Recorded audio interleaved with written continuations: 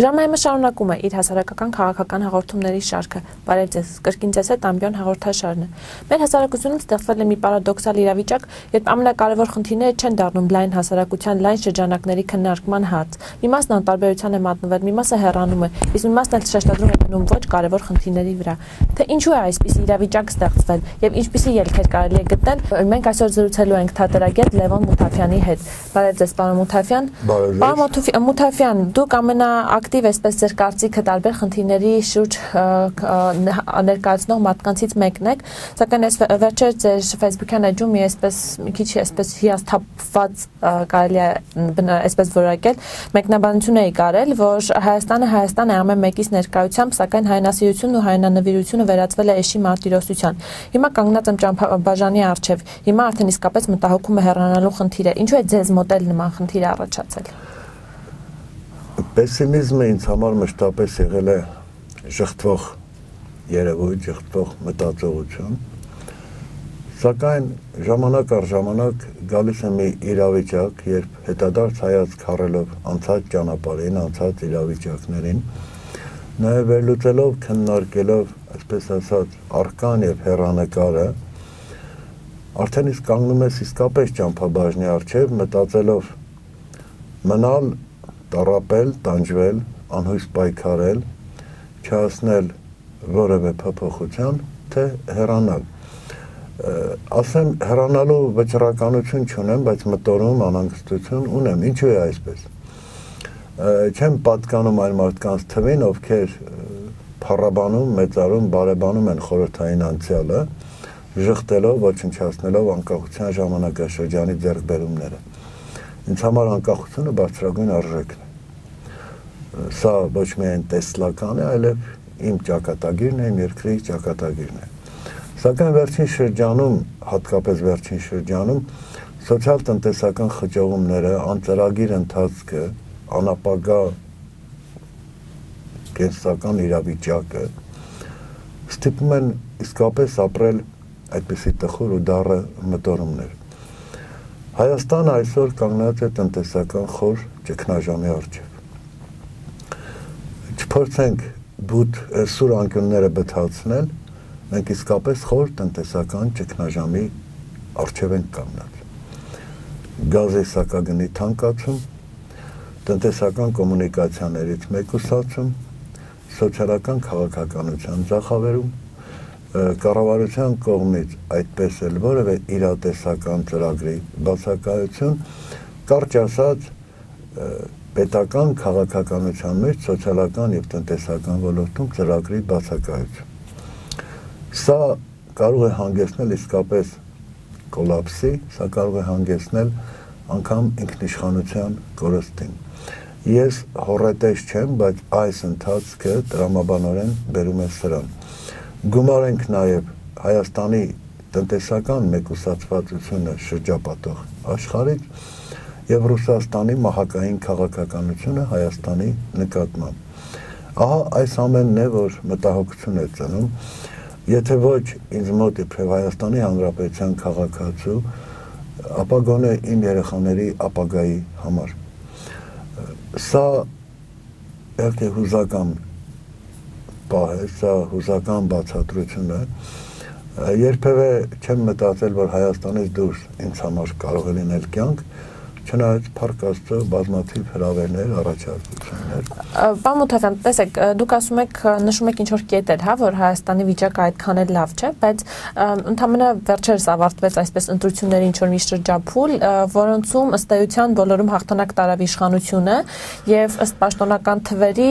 գնալով աճում են, հա, նրանց օգտին այսպես ասած քվեարկողների թիվը։ Սա արդյոք պարադոքս չէ, մի կողմից մարդկանց վիճակը վատանում է, մյուս կողմից աճում է իշխանության արձանագրած թվերը, հա, Այս հաղթանակ չէի կոչել, կոչեի Պիրոսյան հաղթանակ, սա համաժողովրդական ընդունելության արտահայտությունը չէր։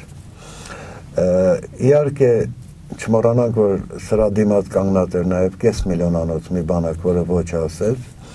1,400,000 մարդ չմասնակցեց ընտրություններին, օբյեկտիվ սուբյեկտիվ պատճառներով, մի մասը բացակայում է Հայաստանից առմիշտ կամ ժամանակավորապես, դա աստված ժամանակավորապես,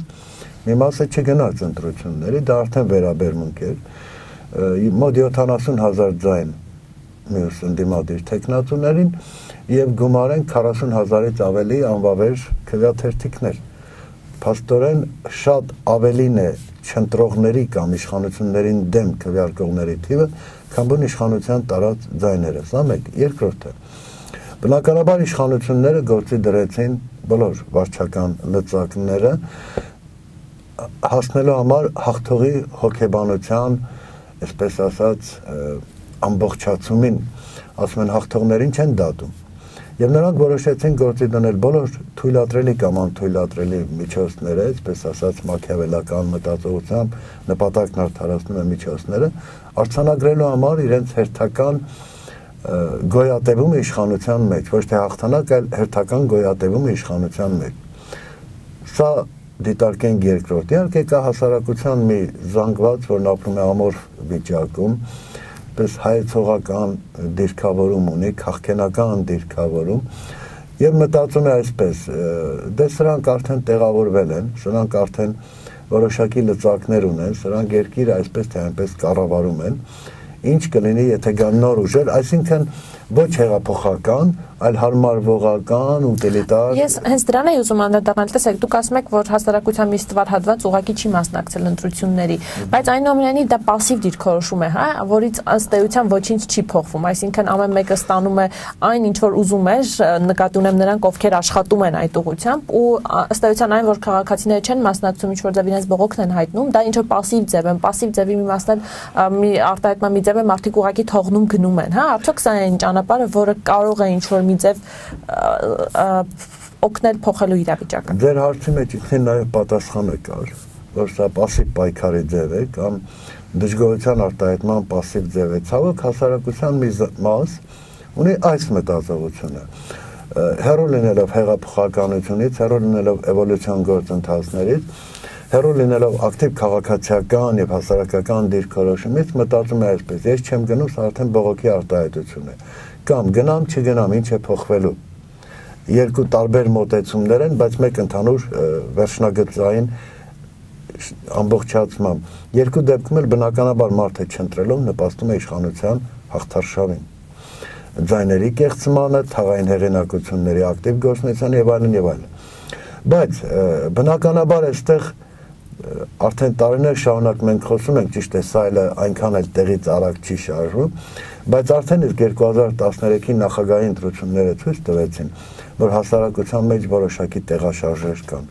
Մտածողության մեջ կա արդեն կարծրատիպերի նկատմամբ բացասական կեցվածք։ Ով կարող էր մտածել, որ ընդդիմադիր տեխնատուի օգտին կամ ավելի ճիշտ ընդդեմ իշխանությանը, որտեղ դա ընդդիմադիր տեխնատուի օգտին ձայներ չէին, կստանար 500,000-ից ավելի ձայն։ Սա արդեն հասարակության մեջ որոշակի արթնացման ծիլերն են, դժգոհության արտահայտման առավել ակտիվ եղանակներն են։ Հետևաբար սա պետք է դիտարկել իբրև բալանս, իբրև հենակետ, ելակետ, եւ սրա վրա պիտի կառուցվի արդեն հասարակական մտածողության մի նոր մոդել, կառուցակարգային նոր խնդիրներ պետք է լինեն, հասարակական կառուցակարգային։ Եվ նաև պետք է անպայմանորեն այս ամենը լինի ազդակ ձևավորելու ճշմարիտ ու ակտիվ ընդդիմություն։ Ես կասեի կառուցողական ընդդիմություն, կառուցողական այն իմաստով, որ հանդես գա ծրագրային դիրքորոշումներով։ Այսինքն դա այսօրվա ընդդիմության առաջին խնդիրը պիտի լինի։ Հանդես գալ հստակ ոչ թե քննադատել իշխանությանը, այլ ուղղակի մատնանշել թերությունները եւ հստակ ծրագրային դրույթներ առաջ։ Ցավոք մեր ընդդիմադիր դաշտը չի գործում ծրագրային քաղաքականությամբ, չի գործում փիլիսոփայությամբ։ Զրկվել է փիլիսոփայությունից, զրկվել է արժեհամակարգերից։ Մենք բավարարվում ենք, այսպես ասած, սոցիալական, կենսական բարեխոստումներով աշխատավարձի բարձրացում, կենսաթոշակների բարձրացում, իհարկե երբեմն ոչ իրատեսական, որովհետև մենք ի վերջո շատ լավ գիտենք այս երկրի վիճակը,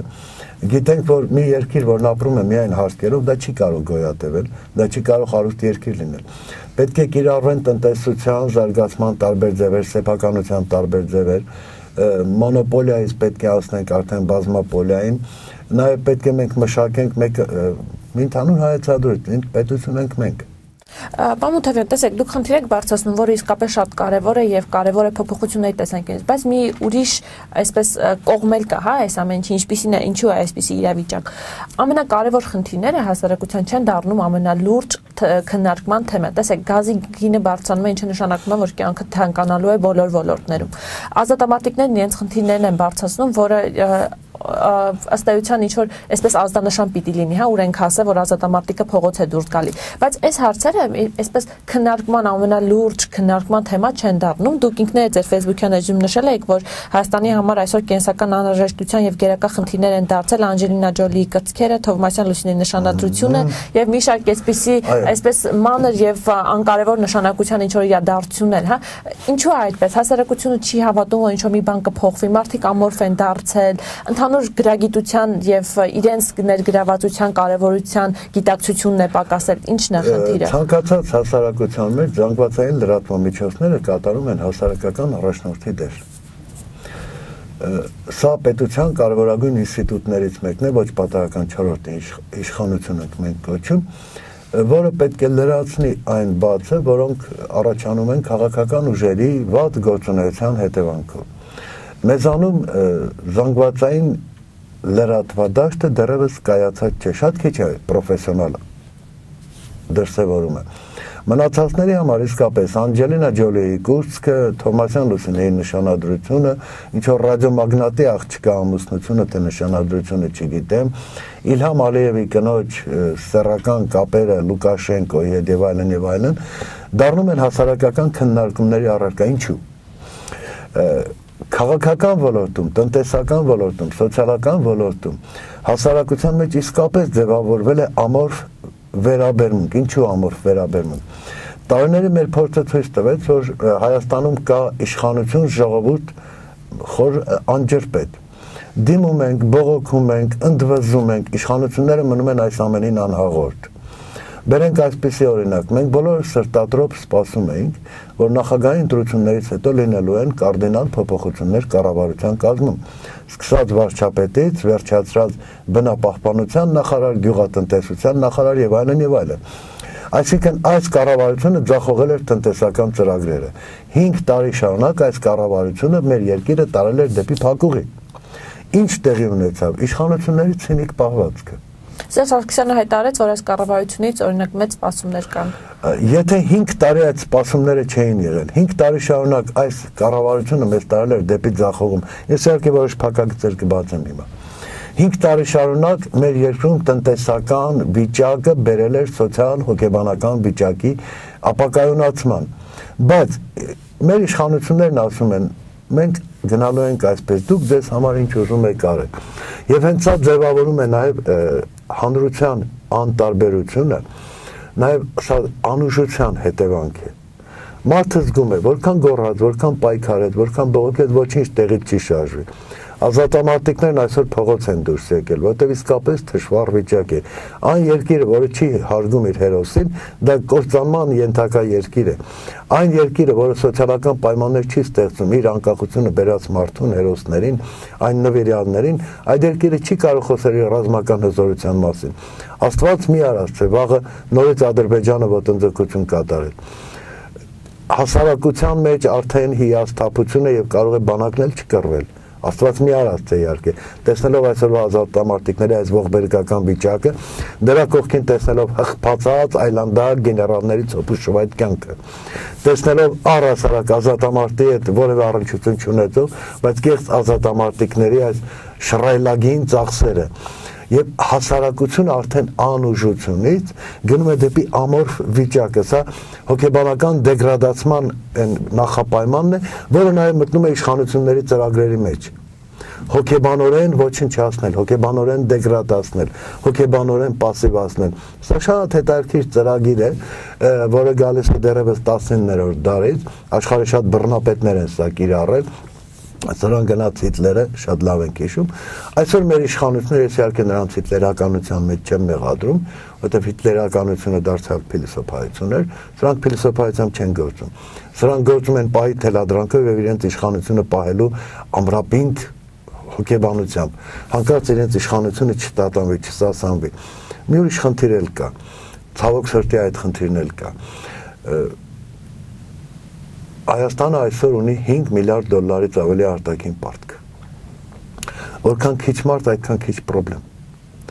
Որքան շատ հեռանան, որքան արտագաղթը մեծ չափերի հասնի, այնքան մարդկային ռեսուրսները պակասում են եւ երկիրը հնարավորություն կունենա դիմելու այդ վարկատու կազմակերպություններին եւ նրանք կգնան արտաքին պարտքի զեղչում։ Պարոն Մոթևյան, դուք արդեն ինչ-որ շատ այսպես ծայրահեղ ու կոշտ մոտեցում չեք ցուցաբերում, երբ խոսում եք, որ իշխանությունները այդպիսի նպատակ ունեն, արդյոք դա մի քիչ այսպես ծայրահեղ չէ։ Գիտեք ինչ, այո, ծայրահեղ է։ Ես արվեստի մարդ եմ, մտավորական եմ, քիչ քաղաքականացված, ավելի շատ հուզական բացատրությունների մարդ եմ ես։ Եվ իմ այս ծայրահեղացման մեջ նաև ազդակ կա, նաև հուշում կա, որ մենք ի վերջո նաև կարող ենք հասնել այս ողբերգական սահմանին, ուրեմն եկեք կանգ առնենք։ Միշտ էլ ճշմարտությունը, որպեսզի ավելի հասանելի լինի, պետք է մի քիչ չափազանցնել։ Լավ, պարոն Մոթևյան, դուք ձեր խոսքում նշեցիք, որ նախագահական ընտրությունների ժամանակ մոտ 500,000 մարդ հստակ դեմ քվեարկեց իշխանություններին եւ ընդդիմադիր տեխնացում բավականին շատ ձայներ հավաքեց, որոնք ըստ էության իր ձայները չէին։ Տեսեք, մի կողմից կա այդ խնդիրը, բայց մյուս կողմից կա, որ մարդիկ այնուամենայնիվ ամորֆ են, հա։ Այդ դեպքում ինչպես ձևավորել ակտիվ քաղաքացի։ Գևորգ Էմինը իր բանաստեղծություններից մեկում ասում է, ձեզով էր խնդրում մեզ սեղմեք այնքան, որ մենք ստիպված ադամանտ դառնանք։ Երբ սոցիալական վիճակը արդեն դառնում է պարան, երբ մարդը արդեն հայտնվում է անելանելիության մեջ, նա այսպես թե այնպես կարտահայտի իր բողոքը։ Ես քիչ առաջ ասացի, որ հասարակության մեջ տեղի ունեցան արթնացման առկայծումներ։ Ինչ որ հավատ ծնվեց, որ մենք կարող ենք գնալ փոփոխության այս իրավիճակի։ Սրանք այդ մարդիկ են, հետո եկեք մի բան նայենք։ Հիմնականում ընդդիմադիր տեխնատուն որտեղից է ստացել շատ ձայներ, մարզերից։ Շիրակի մարզ, առաջին հերթին։ Դրանք այսօր ամենածանր սոցիալական վիճակում գտնվող բնակավայրերն են։ Շիրակի մարզի բնակչության 70% աղքատ է։ Արթիկ, Մարալիկ, Աշոտք, Ամասիա գտնում են ծայրահեղ ծանր պայմաններում։ Վերցնենք մյուս մարզերը։ Այսօր ձևավորվել է երկու Հայաստան, Երևան քիչ թե շատ բարեկեցիկ, քիչ թե շատ։ Բնականաբար մայրաքաղաք եւ այլն եւ այլն, տնտեսական կապիտալը, ֆինանսական կապիտալը կուտակված է մայրաքաղաքում, իսկ մարզերը գտնում են սոցիալապես ամենախայտարակ վիճակի մեջ։ Եվ ահա նրանք փորձեցին իրենց բողոքը արտահայտել։ Ուստի որքան էլ ամորֆ, այնուամենայնիվ կես միլիոն մարդ հավատաց իր ձայներին։ Արդյոք դա ինչ-որ ազդեցություն ունեցավ իշխանության վրա։ Ես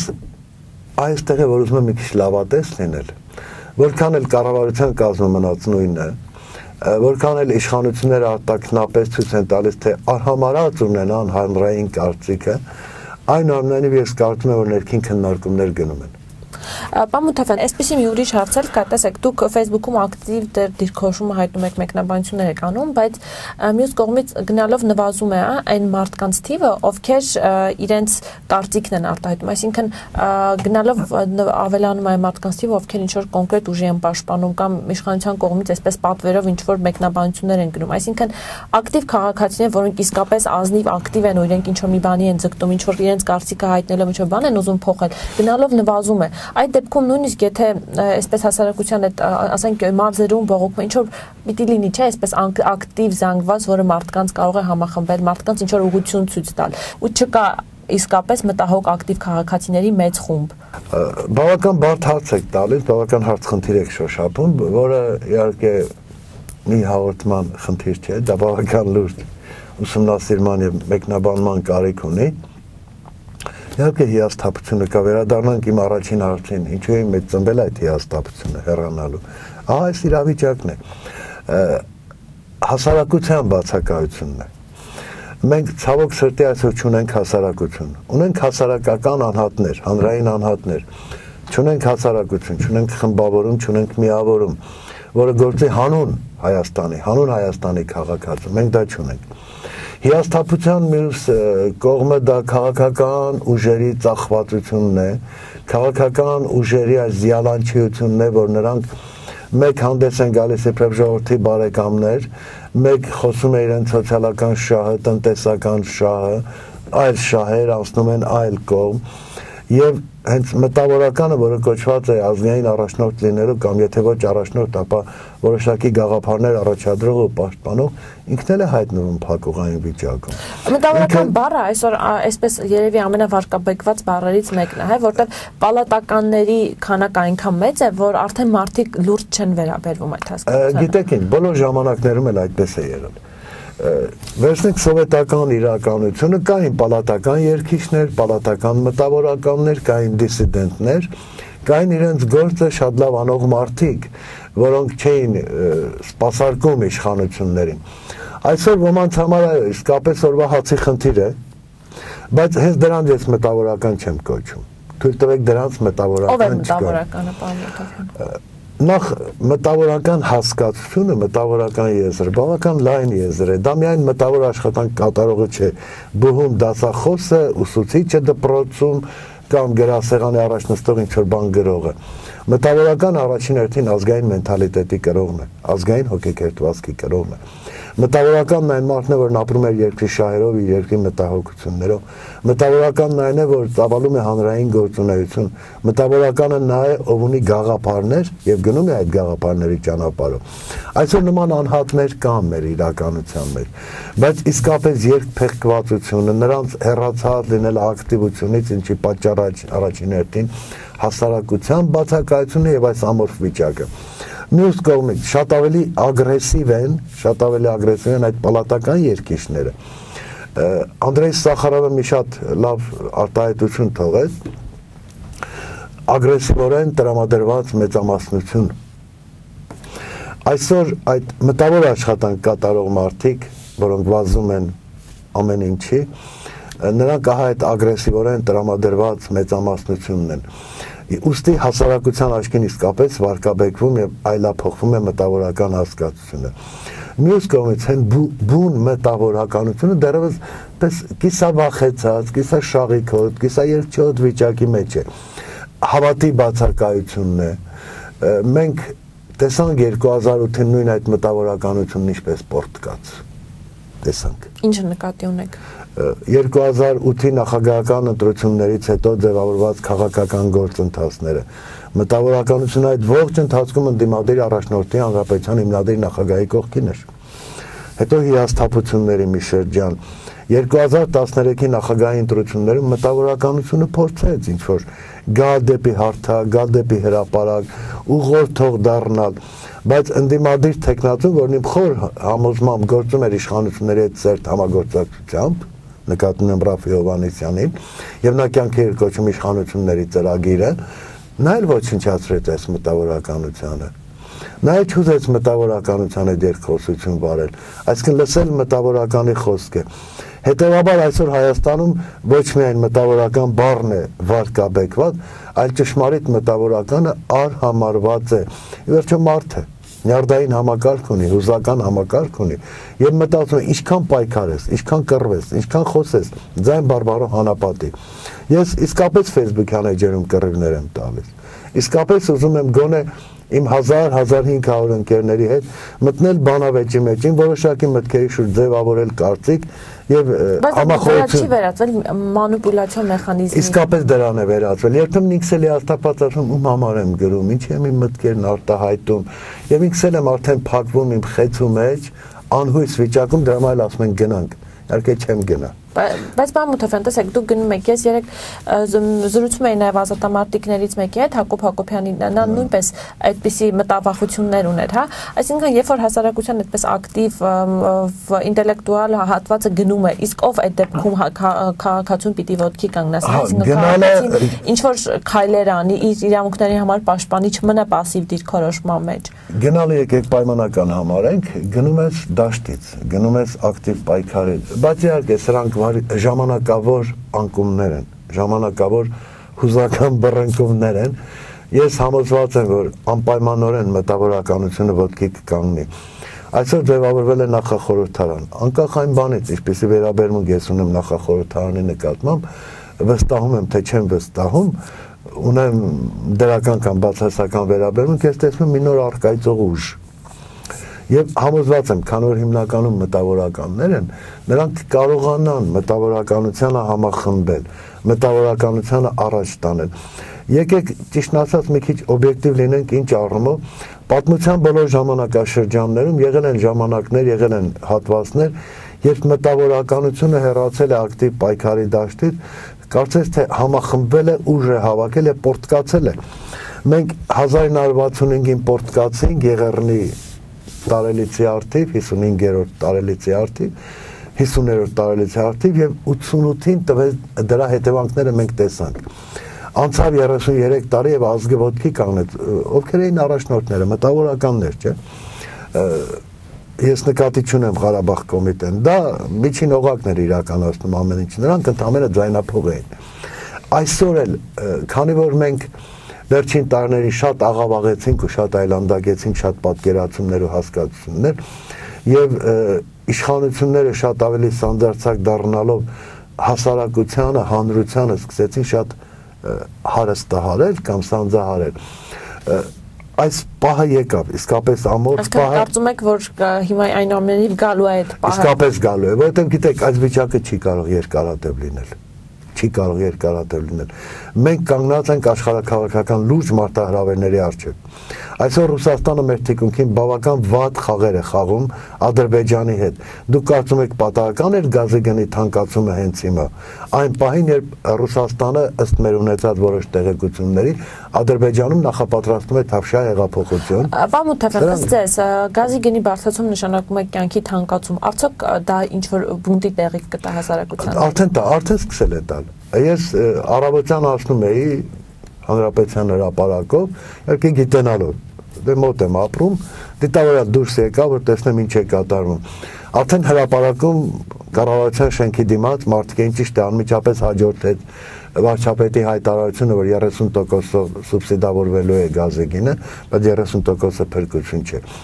Կթանկանա հացը, թանկանում է էլեկտրաէներգիան, կթանկանան մյուս բոլոր կենսական անհրաժեշտության ապրանքները, կյանքը կթանկանա, իսկ նոյեմբերին արդեն մենք կկանգնենք մի խայտարակ փաստի առջև։ Գուցե սա նաև ազդակ լինի, որ նախագահի խոստացած այդ սպասելիքները մինչև հոկտեմբեր-նոյեմբեր ամսին իսկապես լուծումներ գտնեն, բայց չեմ հավատում։ Ինչ սպասելիքներ։ Այսինքն կարող է լինեն տնտեսական շրջափոխումներ եւ այլն։ Իհարկե չեմ հավատում դրան։ Բայց բունտը արդեն հասունանում է։ Նախագահի ընտրություններից հետո այս փշաքաղված վիճակը, որն ապրեց մեր հասարակությունը, անպայմանորեն նստվածքներ տվեց եւ անպայմանորեն այսպես մագմատիկ դրսևորումներ կան, այսպես երկրաշարժը նախապատրաստվում է եւ կպորտկան անպայմանորեն, եթե որոշակի պահի մեր իշխանությունները կտրուկ շրջադարձ չկատարեն դեպի ժողովուրդը եւ չփոխեն այս քաղաքականությունը, որը առայժմ իրեն համարում է ամենահաղթը։ Պարոն Մութաֆյան, այսպես ընդհանրական ձևակերպումներից անցնենք հա ձեր մոտեցմանը, ինչ պետք է անել, այսպես դա դարձել է ամենակարևոր հարցը, հա ձեր մոտեցումը, ինչ է պետք անել։ Մեր իշխանությունները, նախագահը եւ կառավարությունը պետք է հայտարարեն արտակարգ տնտեսական վիճակ։ Սա մեր փրկության միակ ճանապարհն է։ Հենց այսօր, վաղը պետք է հայտարարվի արտակարգ տնտեսական վիճակ։ Արտակարգ տնտեսական վիճակը ունի որոշակի։ Բայց Սերժ Սարգսյանն ասում է անցյալ տարիներին ունեցել են 7% տնտեսական աճ եւ դա շարունակվելու է, այսինքն իրենք այդպիսի տրամադրվածություն չունեն։ Կամ նախագահը իրազեկ չէ երկրում տիրող իրավիճակին եւ ամեն ինչ չափում է Սուրբ Հովանես եկեղեցու բացման ներկայացած շքեղ մեքենաներով կամ դրանով է չափում, կամ երեք Փարվանա ռեստորանում տեղի ունեցած խրախճանքով, կամ շատ լավ տեղյակ է եւ չի ուզում ինչ-որ քայլերի գնալ, ինչ է նշանակում 7%-անոց տնտեսական աճ։ Սա հիմնականում արտացոլվել է քաղաքացիական շինարարության մեջ, չէ։ Հիմնականում այս 7%-անոց տնտեսական աճը։ 7%-անոց տնտեսական աճը չի փոխել մարդկանց կենսամակարդակը։ Ուրեմն պետք է մտածել այս ուղղությամբ։ Ես իհարկե ինքս դեղատոմսեր չունեմ, որտեղ ինքս այս ցավի մեջ եմ։ Այսօր ես իմ վրա եմ զգում սոցիալական ամբողջ այս բեռը, այս ճնշվածությունը, առավոտյան արթնանում եմ, ուզում եմ ես իսկապես նստել, գրել, աշխատել, իմ հետաքրքրություններով ապրել, բայց սոցիալական խնդիրը գալիս եւ ինձ կապանքում է։ ես մոռանում եմ համակարգիչը, մոռանում եմ ամեն ինչ եւ վազում եմ լուծելու ամենաանհրաժեշտ կենսական հարցերը, գոյատևման հարցը։ Ես էլ կարծես դեղատոմսեր չունեմ, բայց ունեմ մտքեր, ունեմ մտորումներ։ Ես մի անգամ արդեն որոշակի առաջարկություններով հանդես եմ եկել եւ իմ այս թեկուզ Facebook-յան գրառումներ, թեկուզ իմ հրապարակախոսական հոդվածները մեսիջներ են ուղղված իշխանություններին։ Ես բացարձակ ճշմարտություններ չեմ ասում, ոչ մեկը չի կարող ասել, բայց որևէ մեկին չմտահոգեց։ Ինչ է ասում հայ մտավորականը։ Ես կարծում եմ, որ առաջիկա ամսին, ամիս ու կես մատասին մենք պիտի համախմբենք։ Մենք ոչ թե պայքար պիտի հայտարարենք իշխանություններին, դա անօգուտ կլինի, որտեղ բանակ ոստիկանություն ամեն ուժային կառույցներ են անդերկում, մեզ կճշեն շատ հեշտ։ Ոչինչ չլինի, տարբեր հարցերով միտեղ կնետեն։ Պետք է գնալ քաղաքական եւ քաղաքացիական երկխոսության իշխանությունների հետ։ Ես այդ հույսը կապում եմ նախախորհրդարանի հետ եւ կարծում եմ, որ մենք բոլորս պետք է գուրգուրենք, փայփայենք նախախորհրդարանը, որտեղ առաջին միակ ռեալ ուժը դա է։ Ուրիշ ուժ ես չեմ տեսնում։ Ես Ռաֆի Հովհաննիսյանի Նոր Հայաստանի մեջ ոչ մի ուժ չեմ տեսնում։ Ես խորապես համոզված եմ, որ դա դարձյալ պատվիրակված մի ուժ է, այնպես որ մենք պիտի համախմբենք եւ առաջ գնանք։ Եղավ, շատ շնորհակալություն, պարոն Մութաֆյան, հուսանք, որ այնուամենայնիվ այսպես այդ չհասկացվածության շեշտը դուրս կգա եւ ավելի ակտիվ քննարկումներ ու երկխոսություններ կլինեն մեր հասարակության մեջ, կձևավորվի այնուամենայնիվ այդ մշակույթը եւ ինչ որ բաներ կփոխվեն, իսկ մենք հետևենք, տեսնենք թե ինչ է տեղի ունենում, կհանդիպենք նոր հյուրերի հետ, նոր հաղորդումներ եմ ցտեսություն։